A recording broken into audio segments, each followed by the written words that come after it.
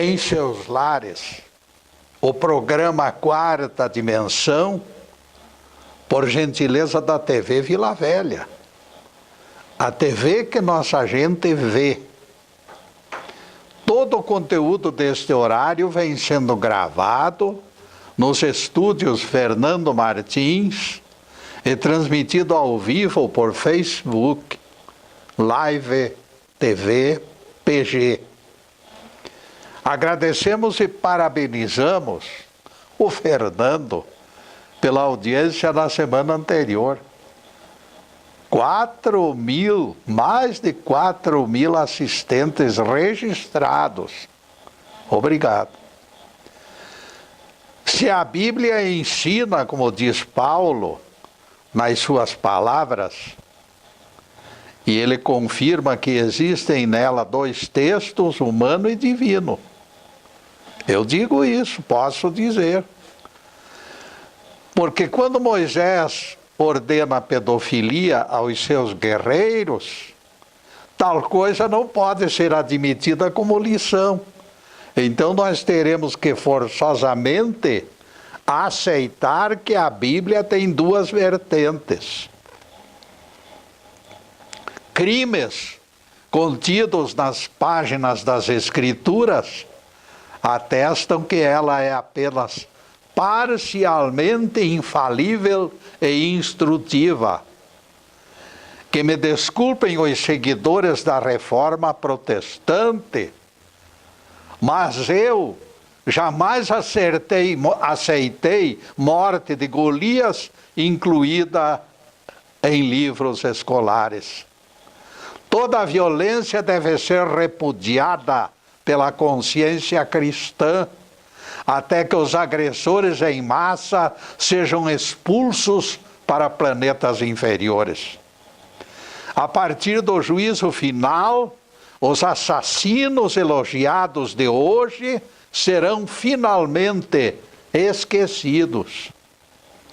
Bons amigos nos proporcionam técnicas para a divulgação deste programa e nós agradecemos. Com eles colaborando nas operações, temos certeza de que tudo correrá bem. O tema de hoje será Esperança é raio de sol. Misteriosos livros surgiram e milhões de pessoas os reverenciam e chamam sagrados. Eles formataram e oficializaram as maiores religiões do mundo. No desdobramento evolutivo dos seres humanos, eles se revelaram ferramentas indispensáveis de aprendizado. A segurança de algo escrito com todas as letras forneceu maré mansa aos indecisos e vacilantes filhos do universo. Com seus passinhos mal direcionados e hesitantes, as crianças necessitam de alguém que as impeçam de alcançar rumos perigosos. Os pais se obrigam a vigiá-las todo o tempo, quando elas despertam para o milagre de se locomoverem pelos seus próprios pés. O livre-arbítrio não pode ser concedido aos pequenos habitantes do planeta, enquanto eles ainda não alcançarem razoáveis experiências. A proteção dos mais velhos deve acompanhá-los sempre, por mais impertinente que a vigilância seja considerada por eles. Como responsáveis, os pais precisam disponibilizar andadores, cadeirinhas para os automóveis, babás em tempo integral e outros artifícios. Falei das crianças. Todavia, elas não completam o quadro das carências humanas. As raças também estão sujeitas ao aprendizado. Nós todos Homens, mulheres e crianças dependemos de ajuda para superar deficiências congênitas. Somos compelidos pelo arrastão da inexperiência a enveredar por caminhos tortuosos. A pequena visão espiritual acarreta desencontros. Esse outro lado das deficiências justificam o zelo do Pai das alturas para amenizar a quadra tormentosa da nossa ignorância.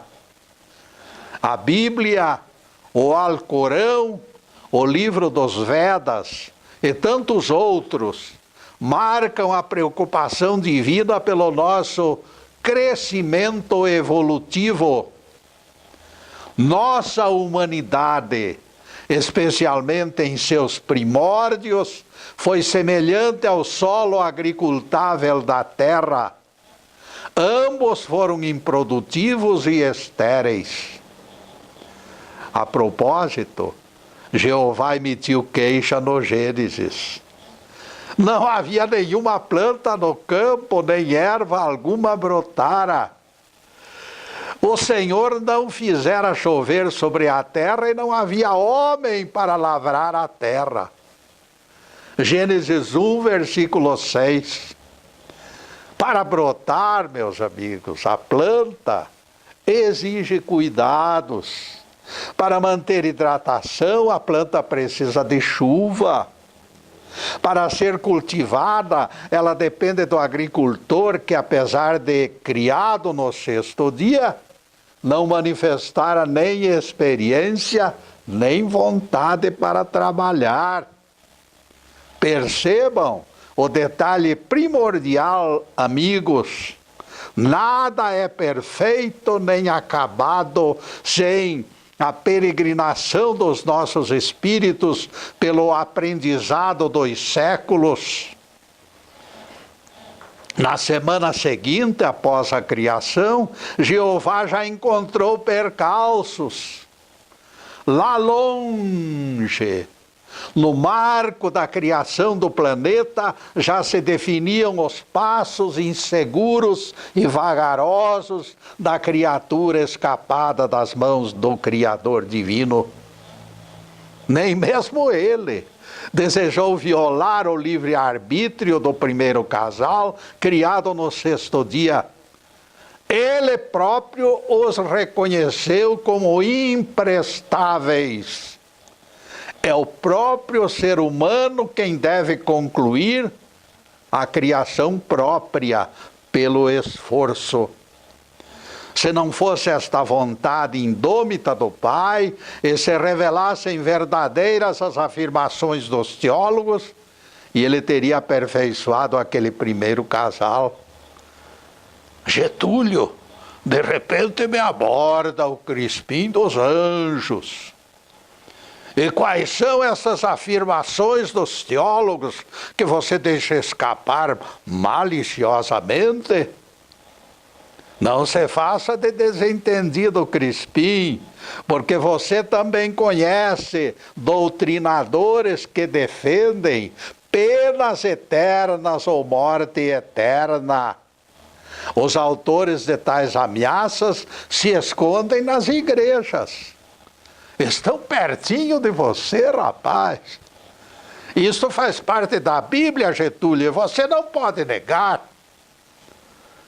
Pois saiba, Crispim, fiquei tão interessado que até resolvi ajudá-lo na busca de texto do seu agrado, que fala de fogo e enxofre, como vocês tanto gostam. Vocês gostam tanto do inferno porque ele ajuda a arrecadar.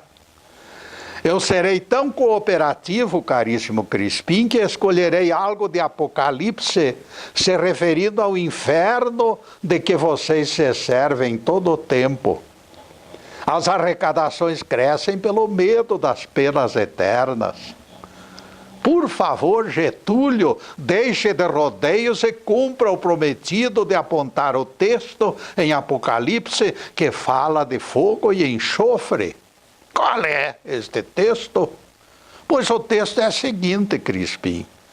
Este beberá também do vinho da cólera de Deus, misturado no cálice de sua ira, e será atormentado com fogo e enxofre, diante dos santos anjos e na presença do Cordeiro. Apocalipse 14, versículo 10. No versículo seguinte, encontramos o complemento da advertência. A fumaça dos seus tormentos sobe pelos séculos dos séculos e não se descortina descanso algum para os adoradores da besta. Apocalipse 14, versículo 11. Crispim bate palmas satisfeito, dizendo: eu não disse, Getúlio? Sim, Crispim, você disse, acompanhando todos os seus orientadores. No entanto, e aqui se encontra alguém que interpreta este mesmo texto, tão aceito por você, como indiscutível prova de que não existirá eternidade de penas. Analise comigo, caríssimo Crispim.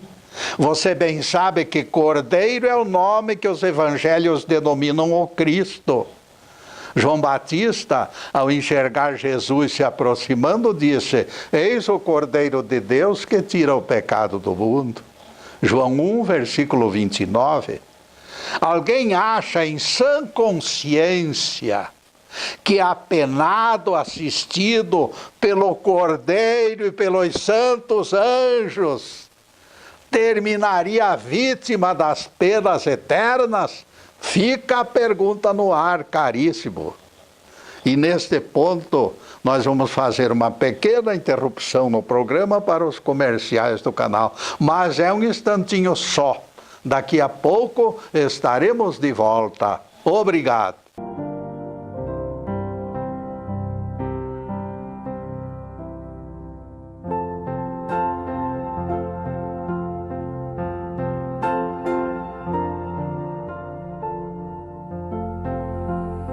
Já estamos no segundo bloco do programa Quarta Dimensão. Por gentileza de bons amigos, nosso site está na telinha e nós convidamos vocês para visitá-lo. E não esqueçam que o meu querido neto Ricardo criou mais serventia para o site. Getúlio no YouTube 2 disponibilizou nova lista de palestras. Getúlio no YouTube 2 permite acessos por simples clique. É só escolher pelo título das palestras e clicar. Nosso amigo Zube, embora aposentado, é provedor de palestras no YouTube. Obrigado, Zube. Outro aviso importante: este horário poderá ser acessado também pelo Facebook Live TV PG.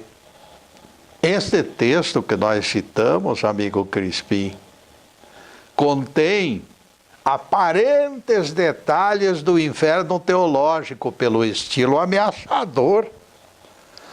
Se você analisar o prometido no meio das ameaças, no entanto, perceberá que as nuvens escuras de repente se revelam passageiras.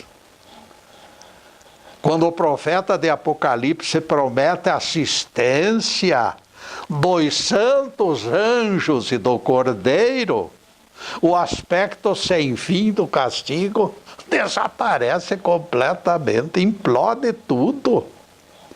A presença misericordiosa do Cristo e de seus anjos garante final feliz, depois de beber o cálice insosso do desagrado divino. Advertências são necessárias para que se memorizem as consequências de maus atos. Exageros, porém, meus amigos, se tornariam vingança. E vingança não é o móvel, não é o propósito de Deus. Inferno eterno ou destruição do espírito, além de nenhuma vantagem como ensinamento, se configuram crueldade. Deus cruel, quem pode admitir? Já começou com a ladainha de sempre, Getúlio. É o desabafo do Serafim. Belo dia, você vai entender que as doenças são dissabores, muitas vezes causados por excessos na mesa ou nos bares. Karma é coisa de desocupados, Getúlio. Deus é lento para castigar e arrepender-se. Revoga a sentença, remata o Serafim. Deus só decreta correções para quem não se arrepende. São as derradeiras definições do meu oponente. Concordo, Serafim, que o Pai Celestial prefere corrigir ao invés de castigar. As rígidas leis do retorno, no entanto, não surgiram aleatoriamente para inglês ver. Escute o que Jesus disse ao paralítico curado em Betesda. Veja que já estás curado. Não peques mais para que não te aconteça coisa pior. João 5, verso 14. O karma aqui está definido. Embora ele disfarce, eu percebi que Serafim foi impactado pelas palavras de Jesus e aproveitei o gancho para replicar. Eu não consigo entender, Serafim, as razões da sua resistência em aceitar ligações entre sofrimento e transgressão. Deus criou leis eternas, não escritas, ao nível da consciência, e elas, pela própria vontade divina, são irrevogáveis. Estas leis normatizam efeitos inexoráveis, oriundos de nossas ações. Responsável pelo funcionamento perfeito de gigantesco universo, o Altíssimo se ocupou da disciplina como algo prioritário. Em todos os mundos habitados, as relações entre os viventes têm sido a mais valiosa joia da coroa do Rei dos Reis. Como você se atreve, Getúlio, Geme ou Crispim, a apontar o que não vê e descrever o que desconhece? Acaso você tem provas de que existem outros mundos habitados, Getúlio? Se não existissem outros planetas habitados, Crispim, Jesus não diria: a casa do meu pai tem muitas moradas. Moradas, veja bem. Moradas só podem ser abrigos de almas viventes. Moradas são lares. Nelas você encontrará sempre alguém abrigado. Mais outra pergunta, Getúlio. Explique onde encontrou provas de que em todos os mundos o Altíssimo priorizou a disciplina, como você falou há pouco. Você acredita, Crispim, que nosso Deus é o mesmo Deus do universo? Você crê nisso? Pelo acesso de concordância, você já não me deu certeza de crença idêntica. E eu reforço meus argumentos para lhe dar resposta. Se Deus é o único Senhor de todos os mundos, como nós dois acreditamos, não podemos aceitar métodos diferenciados de governá-lo. Se é um único Deus, é um único método. Seriam desgastantes pesos desiguais para cada medida.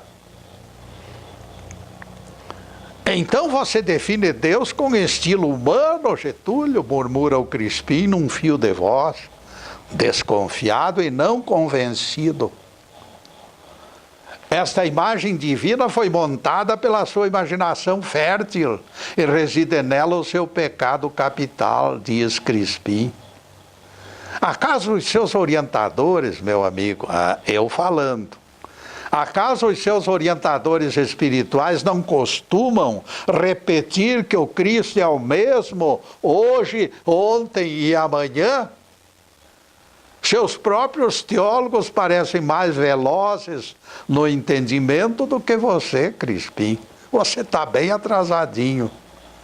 Considerando que o Deus do universo é único, entendemos que a essência da justiça também deve ser única. Calado, Getúlio, bradou Crispim, que você hoje já excedeu os limites. No início da palestra você citou Bíblia, Alcorão e o livro dos Vedas.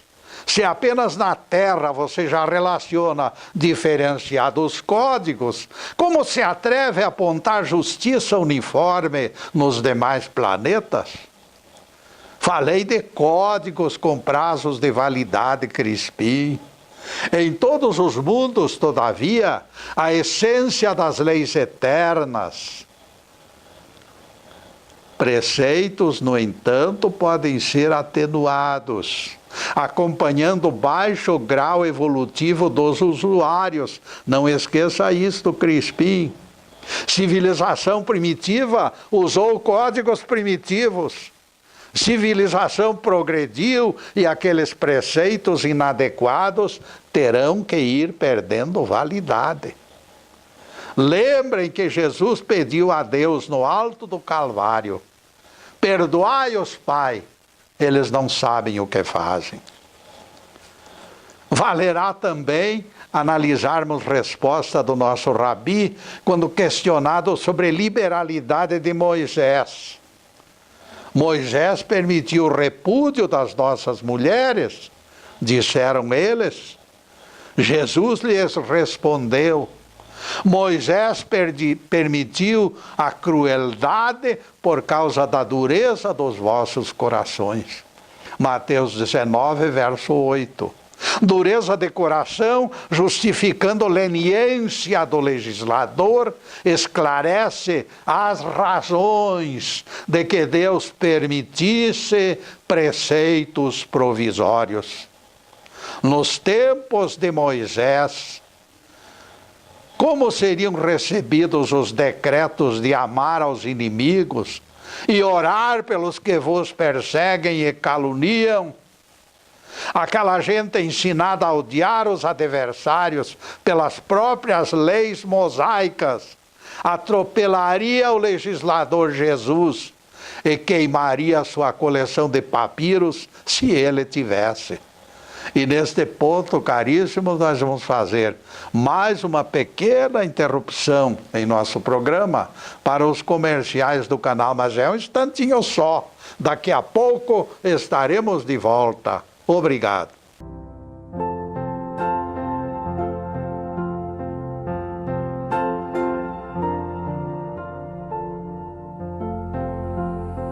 E passamos ao terceiro bloco do programa Quarta Dimensão. Quando Jesus apontou as muitas moradas da casa do Pai, comprovou alienígenas habitando milhões de planetas. O dicionário confirma: moradas são lugares de convivência, abrigo e aprendizado. Por que moradas se os planetas fossem desabitados? Não teria sentido. Nosso planeta não é mais que modesta unidade entre milhões de recantos de convivência. Alienígenas e o mundo onde vivem irão trocando experiências através dos milênios, crescendo na ética e na sabedoria. De planeta em planeta, de escola em escola, terminaremos aprendendo. Quando alguém destes mundos, como Jesus na Terra, alcançar a perfeição, este primogênito da raça será ungido Cristo, depois do teste sangrento, porque antes terá que passar pela pelo martírio. Livro da vida do Cordeiro que tem sido martirizado desde o princípio do mundo. É revelação de Apocalipse 13.8, versículo 8. A glória dos cristos planetários se completará tão somente depois do martírio. O sacrifício deles é o batismo de fogo, de que eu falei numa palestra anterior, ardentemente desejado por Jesus.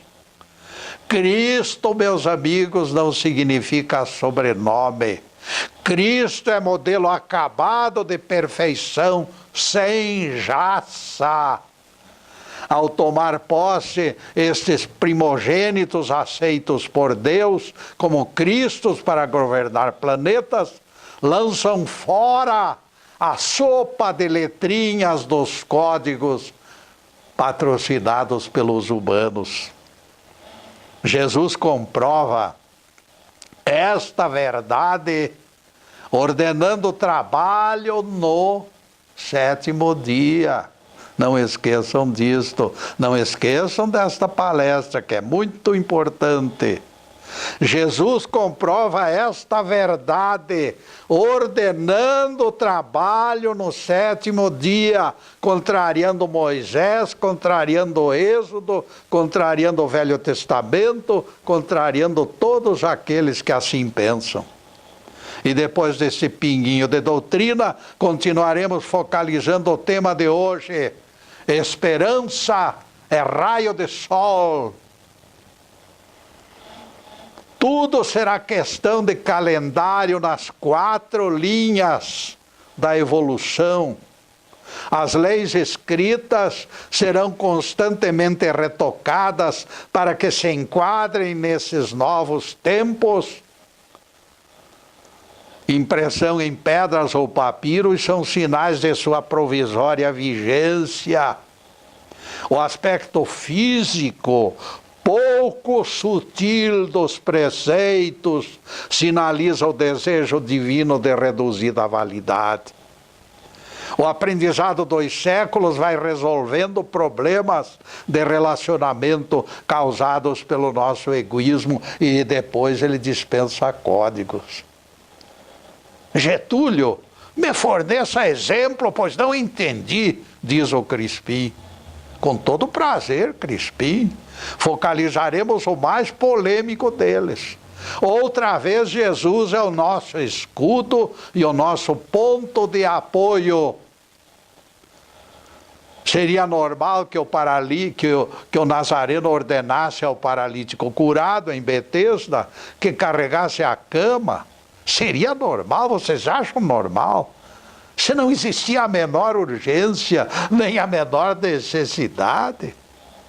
Você está querendo me dizer, Getúlio, exclama o Crispim, que cama apodrecida, talvez 38 anos, acomodando o paralítico, aboliu o decálogo? É demasiada petulância de sua parte, Getúlio. Veja que os 10 mandamentos foram escritos de forma especialíssima, com dedos divinos. Peraí, amigo Crispim, pois você acaba de negar suas próprias convicções. Para contrariar minhas ideias, você não costuma dizer que a Bíblia inteira é infalível e inspirada? Quando você afirma que o decálogo é especial, você considera inferior o restante das escrituras, Crispim. Lembre-se disto.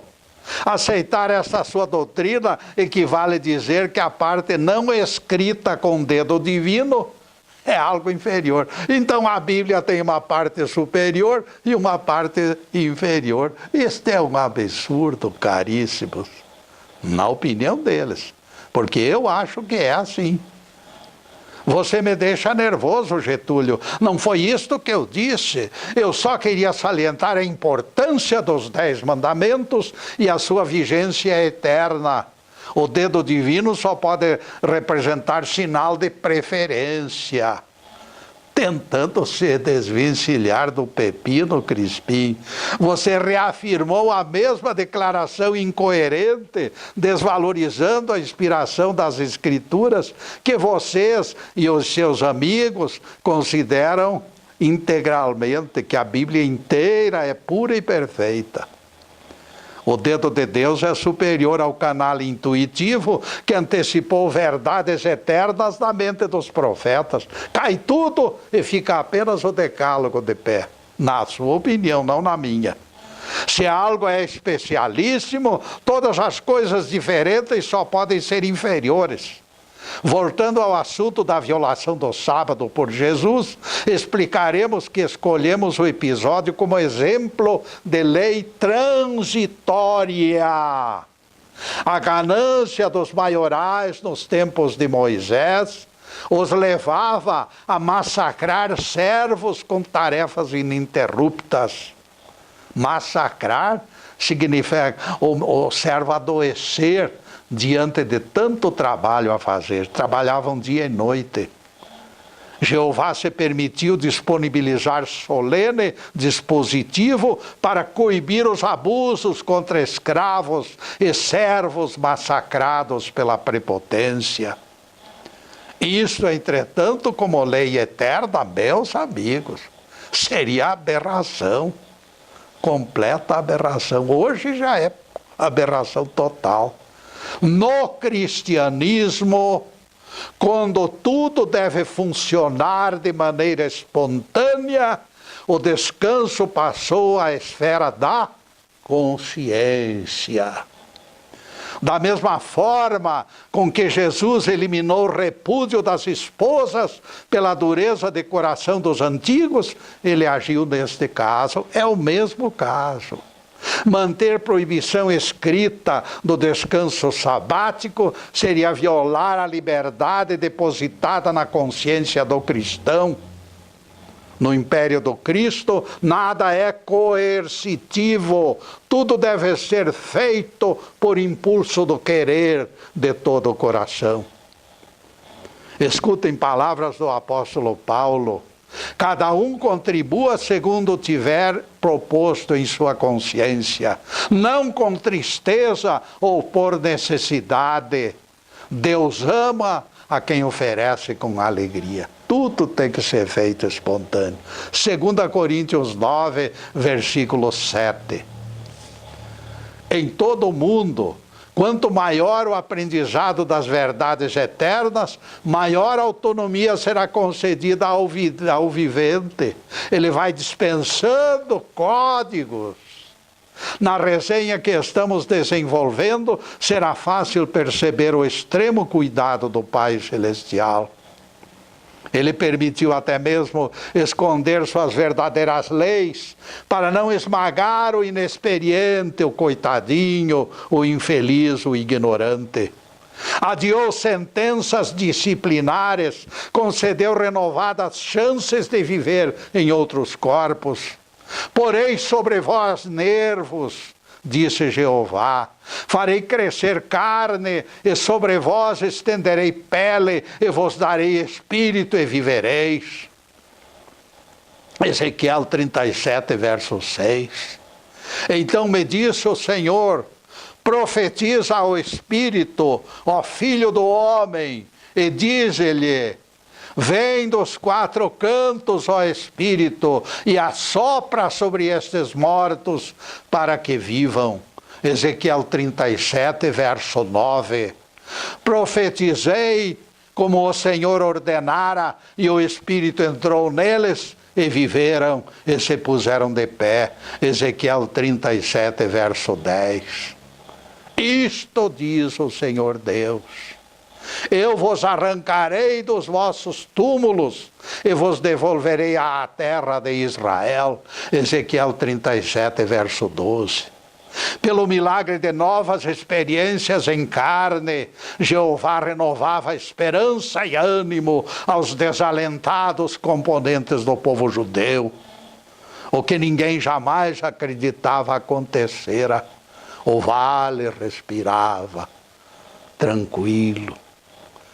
Parteiras de velhas cidades quase extintas corriam de porta em porta, entregando crianças geradas pela vontade do Senhor Deus. O vento sopra onde quer e ouves a sua voz, mas não sabes de onde vem nem para onde vai. Assim é todo aquele que nasce do Espírito. Palavras de Jesus em João 3, verso 8. O berço esconde enigma perdido no mistério. A água é o mais antigo símbolo da matéria. Renascer pela água significa prêmio de nova identidade. Vejam que Jeová disse: farei crescer carne sobre vós, estenderei pele e vos darei espírito e vivereis. Ezequiel 37, verso 6. E neste ponto, caríssimos, nós vamos fazer mais uma pequena interrupção no programa para os comerciais do canal, mas é um instantinho só. Daqui a pouco estaremos de volta. Obrigado.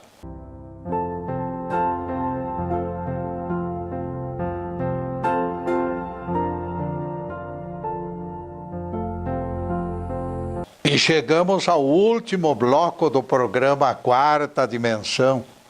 E anotem na agenda, toda sexta-feira é nosso dia de encontro.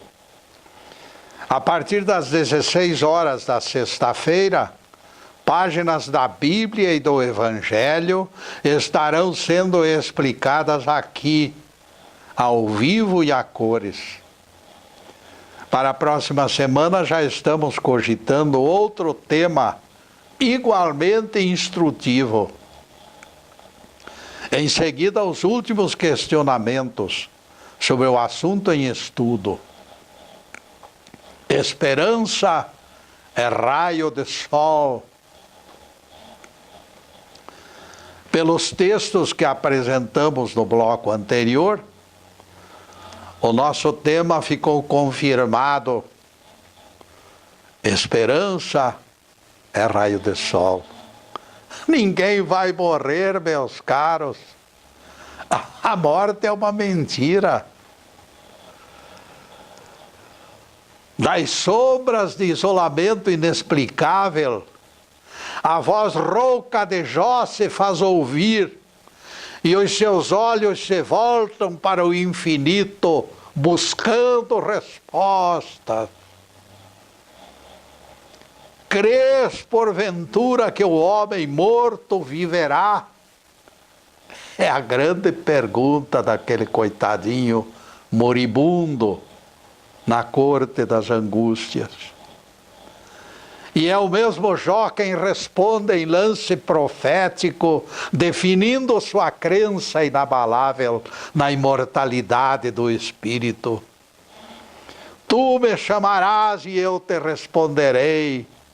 Tu estenderás a tua destra sobre a obra das tuas mãos. Jó 14, verso 15. Mudarás o seu rosto e o farás sair, e os seus filhos estejam exaltados ou abatidos, eles não os conhecerá. Jó 14, versículos 20 e 21. Muitos se manifestam perplexos, reclamando pelo rosto novo, curiosos e desalentados, e até desconfiados. Catedráticos enciumados interpretam isto como ressurreição. Isso aí é ressurreição. Isto aí é ressurreição, não tem nada de novas vidas. Eles mesmos propagam que os ressuscitados reconhecerão parentes e amigos e farão festas. Eles mesmos dizem isto. E a voz do patriarca Jó é bastante clara para ser desmentida. Mudarás o seu rosto, diz Jó, e o farás sair. Jó 14, verso 20. Salomão e o seu sono de séculos e milênios nas garras da morte perde realidade e a esperança de vida incessante retorna com o patriarca Jó. Ninguém morre em época alguma. O corpo morre, mas o espírito é imortal. Desabam conceitos contraditórios da parte humana das Escrituras. Jesus confirma a grande verdade exposta pelo servo Jó, dizendo pouco depois de qualificar Jeová como Deus de Abraão, Isaque e Jacó. Percebam o que Jesus diz. Deus não é Deus de mortos, mas sim de vivos. Porque Deus, para Deus, todos vivem. Lucas 20, versículo 38. A esperança da vida que nunca cessa, renasce em nossos corações. Onde está, ó morte, o teu aguilhão? Cristianismo é certeza de vida eterna. Ninguém se engane. Penas temporárias, sim. Penas temporárias existem e eu concordo com isto. Elas existem para nos burilar, para nos aperfeiçoar, para nos dar grandeza de espírito. Dona Josefina Arantes do Nascimento lutou durante 3 décadas para devolver sanidade ao filho drogado. Seria cômodo desistir dele e deixar que morresse entre indigentes na solidão tormentosa da inconsciência. Dona Josefina recusou o alvitre de abandoná-lo. Ela perseverou e foi recompensada. 32 anos após a instalação da crise, o rapaz voltou curado ao convívio da família. O pai do filho pródigo, meus amigos, jamais desistiu de esperá-lo de binóculo em punho no alto da torre, perscrutando o horizonte. Deus corrige, mesmo de forma dolorosa, até que o aprendiz se conscientize e aprenda, mas jamais destrói ou abandona o prevaricador. O Senhor aperta o gasnete, porém jamais sufocará o culpado. O Pai Celestial conhece a fragilidade do barro com que fomos criados e se move no entorno de nós com enorme compaixão e piedade. Por mais que alcance 100 anos, a passagem terrena é demasiado curta em termos de aprendizado. Algo é incontestável. As crianças e os ignorantes deverão ser constantemente monitorados. Deus e os pais devem supervisionar a inexperiência dos filhos e dos povos ainda não atualizados em aprendizado. Inspirações superiores vêm privilegiando a mente dos nossos profetas, mantendo viva a esperança e a fé. Percebam a cautela do Pai Eterno antes de transformar as crianças em adolescentes.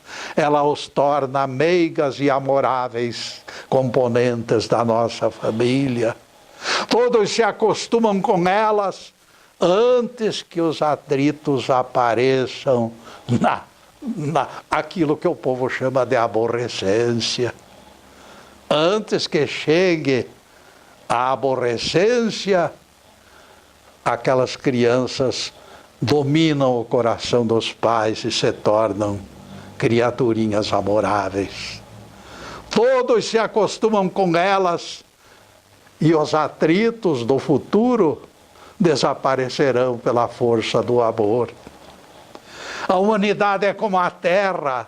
Em si mesma ela é improdutiva e estéril. Para que se cubra de vegetação, ela depende das chuvas benfazejas e do cálido beijo do sol. O calor e a umidade nos chegam de cima. O cultivo da preciosa gleba, todavia, é tarefa do ser humano. Se existe parceria entre a criatura e Criador, no que concerne ao cultivo do solo, por que negá-la na composição da Bíblia, então?